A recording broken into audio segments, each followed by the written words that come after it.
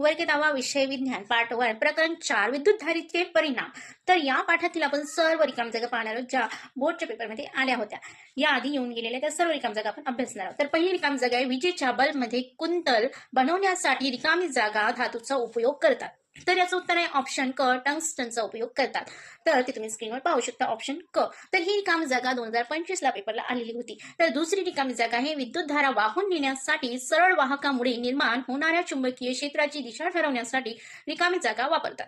तर याचं उत्तर आहे ऑप्शन अ उजव्या हाताचा अंगठ्याचा नियम. ऑप्शन अ हे याचं उत्तर आहे, ते तुम्ही स्क्रीनवर पाहू शकता. तिसरी रिकामी जागा यामध्ये आकृत्या दिलेल्या आहे, तर ते आपण पाहणार आहोत.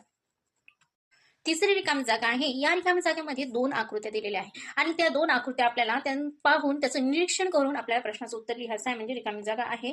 तर याचं उत्तर आहे ऑप्शन ड.